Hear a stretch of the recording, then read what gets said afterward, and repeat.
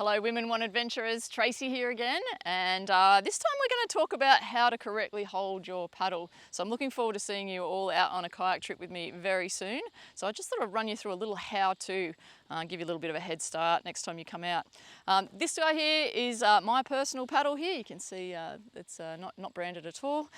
So we have a nice lightweight paddle here, and it is right-hand orientated, and what that means is that the blades are slightly offset at an angle. Most paddles will be a little bit.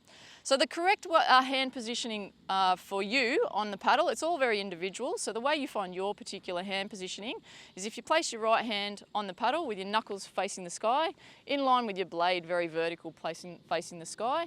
That's the place to start, and then we place our left hand nice and loose on the paddle. So it's righty-tighty, lefty-loosey is generally the rule of thumb here.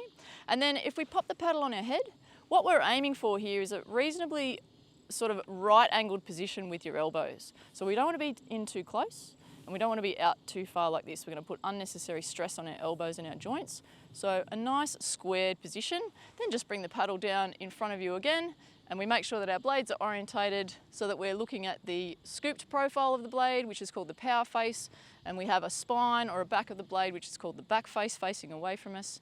And we have our hands in a nice squared position. Now this is called the paddler's box, because as you can see, what I've done here is make a nice sort of squared frame. So when I place the paddle out in front of me, if you imagine we've created a box shape with the paddle shaft being one side of the box. If you link my two shoulder blades here together, that's the other side of the box, and my arms are closing that in. So if I want to take a stroke, for example, what we're trying to do is engage the big muscle groups in our bodies, our abs, our back and our lat muscles, rather than just using our arms to paddle.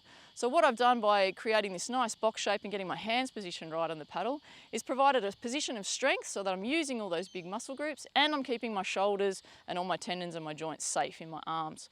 So if I want to take a stroke, I don't just reach forward with my arms, because you can see there I've sort of created a triangle rather than a box shape.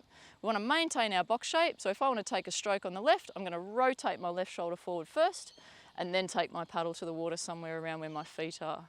So by having this nice squared frame, I'm setting myself up to use the right muscle groups, and I'm also protecting my shoulders and all my joints from any sort of strenuous damage, I guess, over a little bit of time. All right, ladies, that's our how to hold a paddle.